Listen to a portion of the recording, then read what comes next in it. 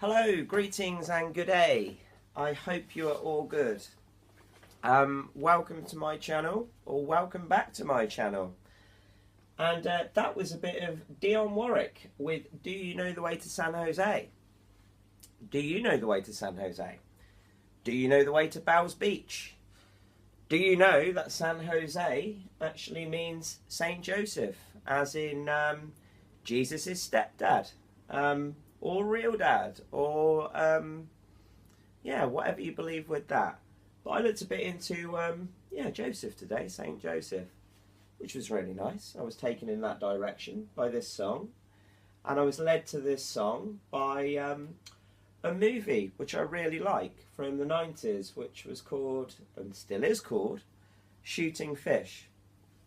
And it's about two confidence tricksters, and an American and an Englishman, and they pull all manner of kind of fast ones, as it were. And Kate Beckinsale's also in the movie, and this is one of the tunes from the movie. I was led back to that movie while I was away camping in Stonehenge, and I was musing about electricity and static electricity and harvesting that static electricity, and if indeed that's a new thing or that's the standard, if that's where all electricity actually comes from, the environment, you know, or how you can tap into this electricity in the environment. And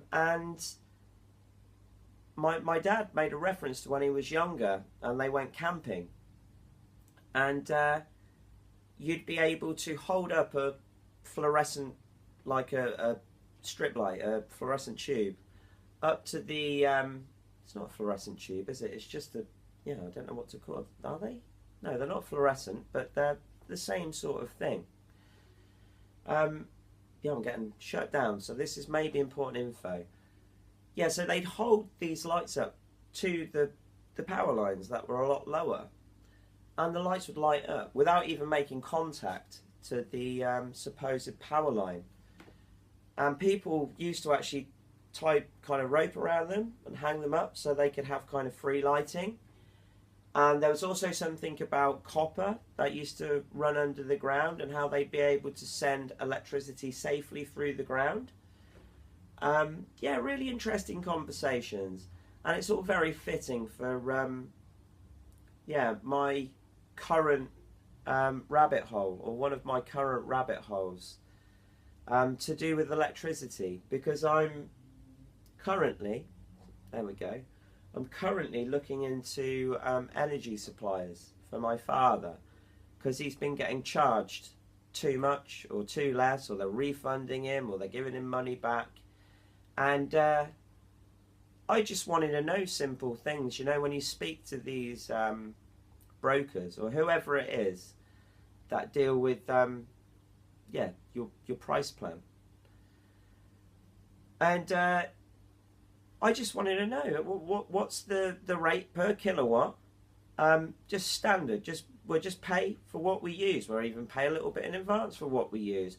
Just the simplest, most straightforward plan. They don't exist, and when it comes to, you'll be paying this, but you need to pay a standing charge, a daily standing charge. What they seem to give you with one hand, they take away with the other, and I think it's all bullshit. It really is just all bullshit. When the energy grid was created, it was to give everybody free electricity. That was the original intention with it. And I believe that everybody is getting free electricity already. This technology exists, and all these with solar farms and wind farms and wave machines and everything like that is just leading you the wrong way. It's making your brain think in the wrong way. Free electric, I believe, has been harvested for plenty of time, because I never see these oil lorries or these coal lorries or these kind of, or any of that. You know, going to power station. I mean, our nearest power station, I think, is Didcot. And it's never made any sense to me that they need all this stuff to burn something, to essentially boil water or make water into steam so it turns a turbine. But they've got to get this crude oil or these kind of crude kind of fuels from fucking miles away. And just the logistics of it, it's never made any sense. And yeah, so we were talking about that, and it reminded me of a film. It reminded me of this film, Shooting Fish. It's also got Stuart Townsend in it, who played Dorian Gray in another movie. I forget the name of that movie right now. And he was together with Charlie Theron for a while. I don't know if they were married or if they were together, or just together rather. But yeah, they have a light, or one of their cons is selling a portable device for portable lighting, and it's called the Crypto Light, which just was a synchronicity for me again. And it's essentially like a grip that goes around one of these fluorescent tubes, and it lights it up. But it's a kind of trick. I won't ruin the trick for you. But the people buy it, you know, the people that they're trying to hoodwink, they buy into it. But I think there's a much deeper truth there, you know, to that little part of that movie. Lots of parts of that movie, there's so much truth to. And when I watched it the first time around, I thought I was just watching a movie. I thought I was just watching a movie about con men. Or maybe, as I'm reflecting on it now, I was watching a movie on exposing con men in a very veiled way. If you were able to read between the lines and actually be open-minded enough to look a little bit more into energy production and distribution and bills and all that nonsense, you know, it's yeah, really interesting. So I'm still down that rabbit hole, so I haven't really got any conclusions. But yeah, while we were away camping, yeah, I went away to get my piece of moldavite. That's kind of why I'm making this video, to kind of share my piece of moldavite with you. And it's a really lovely ring. It's a little ostentatious for my liking. It's a bit big. It's a bit kind of... But I saw this ring. Let's see if I can get the light to catch it a little bit. I saw this ring originally on the website. I'd already been to the shop a couple of years back, and I actually feel a bit more chilled with it off. I'm learning the hard way. Yeah, I've been to the shop a few years before, and I was actually going to buy like a rough piece, just a raw piece of moldavite, and it was £27, I think. But yeah, before I went to get this piece of moldavite, I checked it out on the internet, or I looked at the store, and I just saw what kind of, just to get a rough idea of what I'd be paying. And yeah, I saw this ring on the website. There weren't a lot of other rings on the website. Crystal Clear is the name of the shop, and it's in Pewsey in Wiltshire in England. And yeah, there wasn't many rings on there, and I saw this ring and I just knew it was my ring. I really did. And when I got to Wiltshire, originally the lady that owned the crystal shop, Nikki, she was going to open up on the bank holiday, which is now being called the International Workers' Day, or whatever that is, but the day off that people get. And yeah, she said she'd be happy to go down and open up, because she was just going to be in the garden at home, which isn't far away from the shop, I'm assuming. But I decided not to go on that day, because that was the day we were arriving. So I said I'd probably go along on the Tuesday, the following day. And when we arrived in Wiltshire by Stonehenge, we set up the camping and everything like that. I kind of just crashed out that day, and I slept like the dead. You know, I really did. And when I woke up, I felt like I'd kind of really begun some sort of healing process, as I always do when I go to that part of the world. The following day, as we're about to leave and go to Pusey to the crystal store, which was open on the Tuesday, another couple of campers arrived, and they were pitching their tent right next to where our little kind of hobbit pod enclosure was. And I started speaking to the fella, and instantly it just felt like I knew him. He was a Buddhist and a Reiki master, and he made another couple of claims, but he looked like a football hooligan. He looked like a thug. Do you know what I mean? He really didn't look.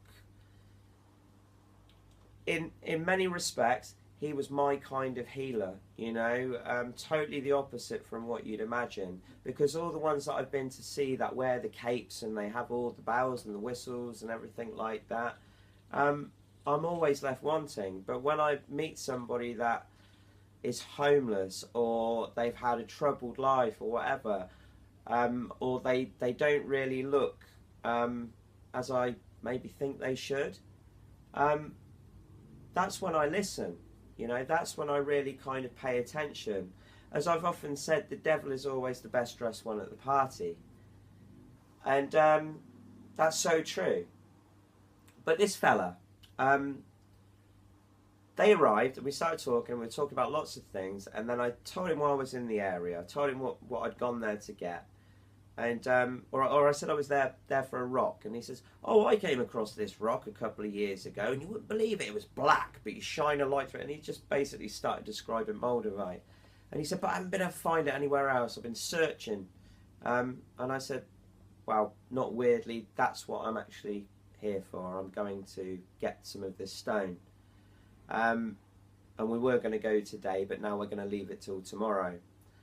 So if you'd like to come, yeah, feel free." And yeah, we spent a lot of the day together. There was so much weirdness surrounding that, but that's all quite personal, and it involves someone else, so I don't really want to go too deep into that. But when it came to the next day, I had to look up on the internet the address of or the postcode for the crystal store, the zip code, as it were, to put it into the sat nav. And when I looked on the website, it was actually closed on Wednesdays. And it just seemed like events were conspiring to keep me away and keep me not from getting this stone. But I kind of rolled with it a bit. I was a little disappointed. But we decided to go up to Stonehenge. And when we went to Stonehenge, I started doing a bit of filming on my electric skateboard. And I was just cruising around the visitors centre, because it's a really nice way to film. And yeah, I got kind of told off, you know, by one of the wardens or by one of the guys that work there. And normally I'd be really chilled out. I'd just kind of brush that sort of thing off and say, "That's cool, man, no worries." But I kind of challenged him a little bit, and I was really agitated by it. So much so that it really kind of confirmed that I didn't want to be a tourist that day. I didn't want to go and pay £20 to go and walk around a monument that wasn't even built by these people, isn't owned by these people. It's just pimped out, promoted, milked for all it's worth.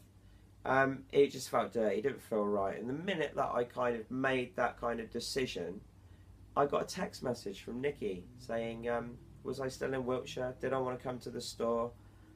So I phoned her up, told her that I'd been told off by the wardens at Stonehenge. And she said, "Oh, you've got an electric skateboard." And I said, yeah, you can have a go when I get to Pusey. And yeah, so she kindly offered to kind of open up in a few hours, come and meet us in a few hours. So, bit of time passed. We went to Pusey. When we got there, the chap that also wanted some moldavite, or he wanted to find some moldavite again, and his girlfriend and my father, we all went into the shop. And I've got a little bit of footage of that. Some of the only footage that actually came out from my whole trip away. And yeah, this fella left. He got out of that shot quick, sharp. You know, he yeah, the weird energy going on there.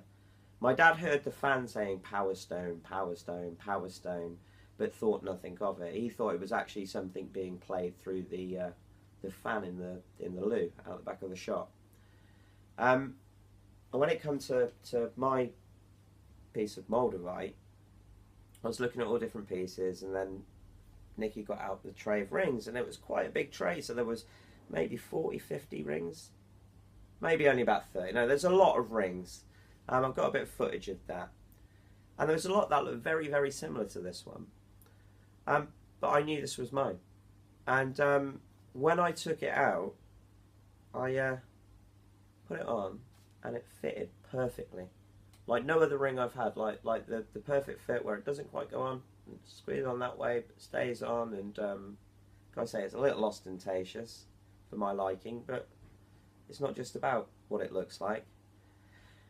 And yeah, I didn't know my ring size, and I didn't know the size of this stone, and I tried on another kind of few, none of them fitted.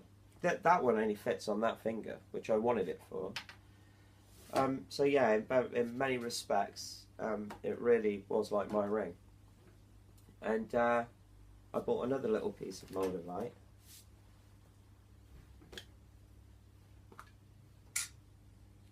This is for my dad's sister, my auntie, for her birthday. It's his twin sister. He's not into any of this stuff, but she really is. And that's a really beautiful little piece. I think that's actually bigger than my ring, mass-wise, I think. But it's powerful stuff. It really is. The things that have gone on, like I say, it just the way that it fitted, the price of it, the fact that it jumped out, the fact that I'd seen it before. Oh yeah, it only fits on one way round properly. Anyway, so I've got the ring. Nikki had to go on the skateboard. We had a nice chat. It was really cool. She's a really, really cool chick. And I went back to the car, or I went back to where both the cars were, and this fella, the Reiki master, the Buddhist, sitting in the car, and he looked ruined. He looked absolutely ruined. And he was being very contradictory as to who he was the day before. He had a big suitcase with him that he referred to as being his toolkit, and he had like white sage, and he had a singing bowl, and he had a flute, and he had incense and crystals and meditation balls, and yeah, loads and loads and loads of these trinkets, you know, and I own many of these things, you know, and I'm beginning to kind of loosen my grip on a lot of them in many respects, or they're loosening their grip on me about what they actually meant. And yeah, so he was really into all that stuff the day before. I'm sure he still is, and he had a lot of belief in it. Conversely, I was kind of the other way. Like I say, I'm quite neutral with it. I'm quite kind of ambivalent when it comes to my experiences with things. I won't talk about it unless I've actually fucking really felt something, or I've had some weird stuff go on. And then when that happens, I almost feel kind of there is a lot of it that I'm not allowed to discuss in a weird way. It's something that needs to be experienced and felt. And yeah, so this fella was really kind of really off with me after it. And we spent a bit of time that evening. He disappeared for a while. And like I say, he wanted the stone, or he was looking for the stone. And then the next day, when we were talking, he said he shared his feelings, his true feelings about it. Oh yeah, that was it. He said, well, it's just nonsense. We don't need any of these things. He was throwing back stuff that I'd said to him the day before. And because he kept asking me about protection. And I said, that's never sat right with me. You know, the whole idea about getting this for protection and doing this for protection, it's ultimately putting you at a place of disadvantage or less power than your perceived kind of opposition. You know, it's just feeding power into something. And I heard somebody else share similar feelings some time ago, and since that, like I say, you yeah, you change, you grow, you adapt, you kind of yeah, drop those kind of beliefs that you once held. And yeah, so he was saying, oh, we don't need any of this. He was throwing back the stuff at me.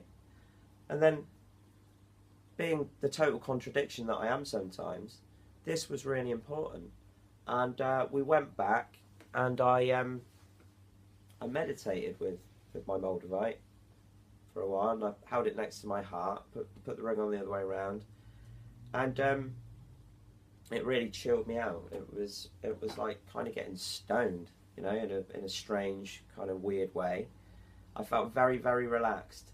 And when I was around this other fella later in the evening, I felt like it gave me space to kind of respond and kind of breathe or get out the way, or it made me aware of intentions coming towards me.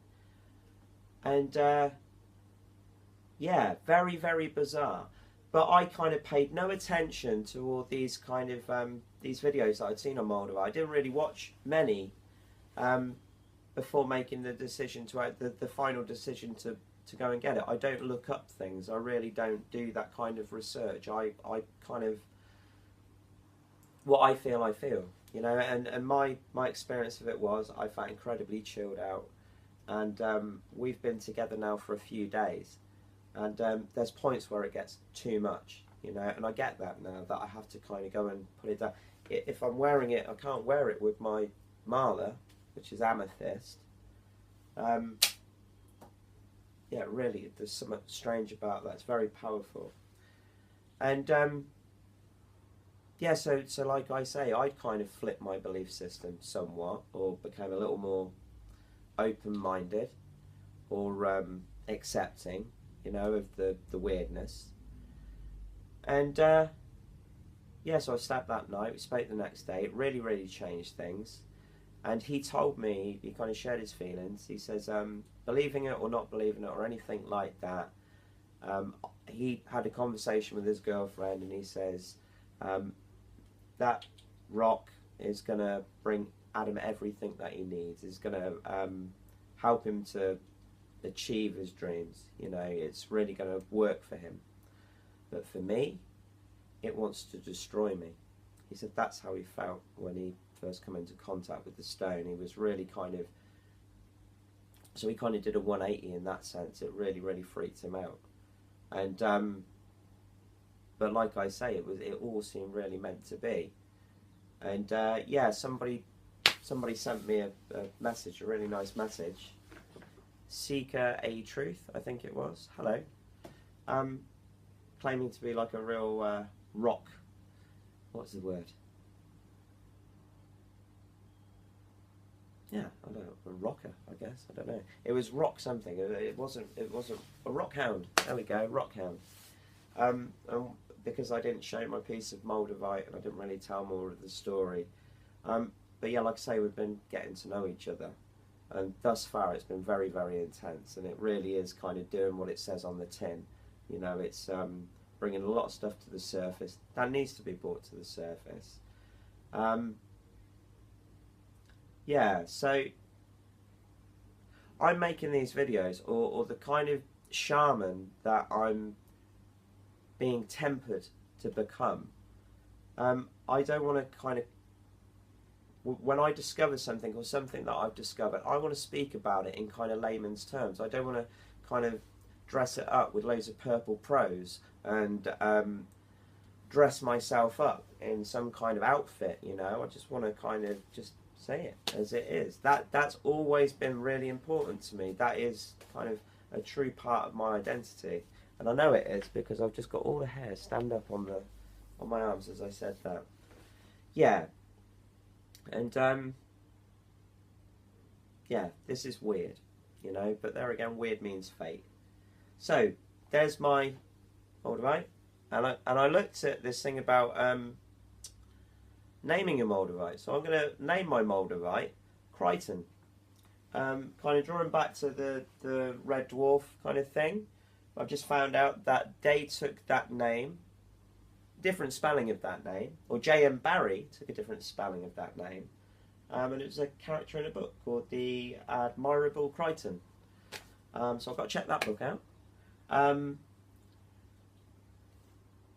The idea of this being kryptonite and everything like that just has become so kind of there's like loads of evidence supporting. I've just been saying it as throwaway comments, and one of my other selves, or one of my guides, whatever way you want to perceive it, actually has an emerald sword.